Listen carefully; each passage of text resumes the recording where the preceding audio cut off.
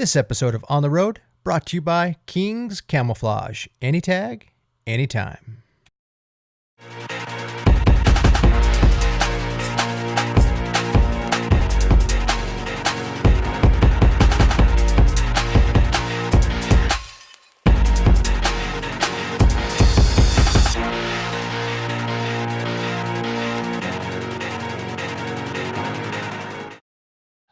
So we're just checking the peep sight here, make sure it's the right height.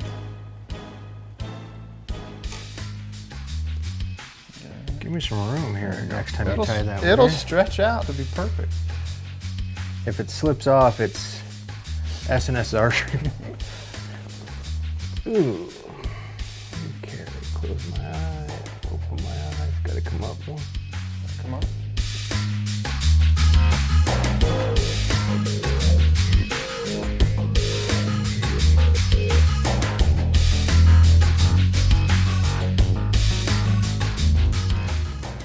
Welcome to this episode of On the Road. As you can see, we're here at S&S Archery with good friend Steve Speck as he's setting up my Hoyt Spider. But before we get to finishing this off, enjoy this episode of On the Road as we travel with Rick Merritt to Alpine, Texas to chase majestic desert mule deer. Rick makes a great shot at 569 yards on an awesome 200-inch club drop-tine mule deer. Enjoy the episode. So what do we got to do to set this sight up? We just got to, we'll go down to the range and get your marks set. We'll get the sight tape put on in there and gonna be good to go. Be lethal out to 100 yards.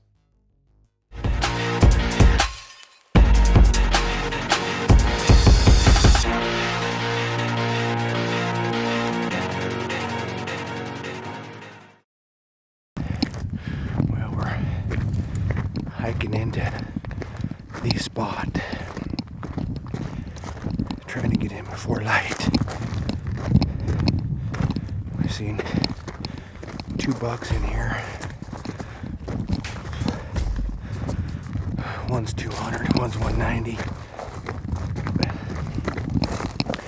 Rick's gonna try and shoot both if he can. Be some good footage. Got the big camera on the back. Shoots up to 1,000 yards. Rick can shoot his gun to 1,000. So we're good. Sneak in the dark here. Get set up. Get this done.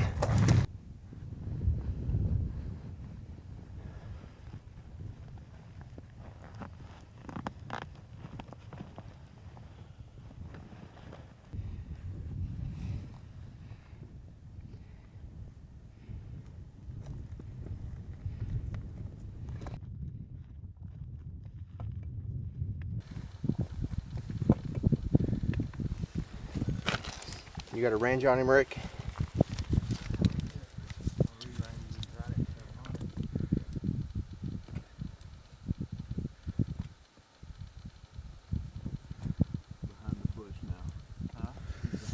Rick, 687 is what I got. How much? 687. Well, now as you can see, the buck has went out in bed out in the middle of the flat desert, 600 and something yards away from us. So right now we're making the decision is, does Rick want to stay up on top of this knob and shoot 600 and something yards, which he loves to shoot long distance, or does he sneak down to within 75, 80 yards of this buck, lean across the fence post, and whack this buck? Well, the decision is made between the three of us that Rick should actually sneak down, stand up, lean across a fence post, a cedar fence post, and whack this deer as he stands up out of his bed. The trick is getting the deer to stand up out of his bed without taking off. So what they've decided to do is, and Rick loves this, is the fawn bleat. So they go down there, they're all set up, and the guide blows the fawn bleat. What happens is the deer stands up. But from where they're at, they can't see the deer stand up because of the bushes in the way. And from where I'm at up on top of the knob and the big camera, I can see everything. I can see the deer stand up. Well, it takes them a minute, they don't see anything, so they blow the fawn bleat again. Well, at that point, the buck steps out from behind the bush, and it takes him 5 or 6 seconds or so, and then finally the guide sees the buck, gets Rick on it, and the rest, they say, is history. There he is. Right, right here.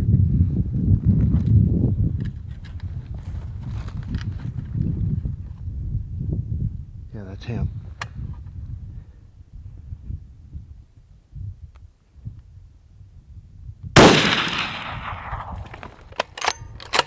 Couldn't have missed him.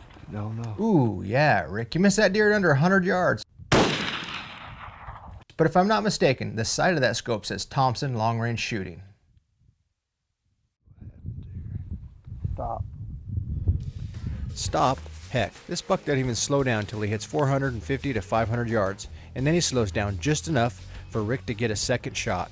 You gotta love a Canon 7D with an 800mm lens. I'm 1,124 yards away from this buck, filming from on top of a hill.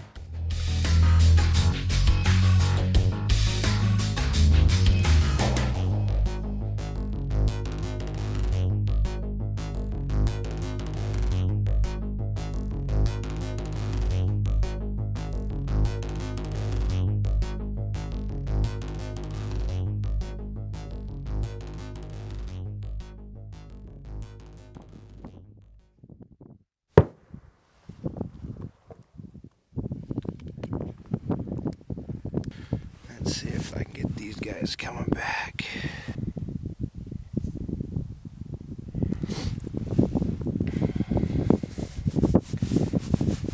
Yeah, good shot, Rick. Second one. All that trash. Well, shit, we looked at him. I looked at him and said, oh, it's just a big cool 3-point this morning. And then you said, oh, hell, there's just that 9-pointer and a 3-pointer over there. Yeah.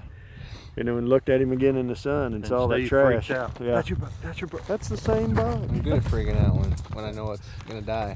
Yeah. Yeah. First shot, he was just too close. Yeah. Too close. Yeah.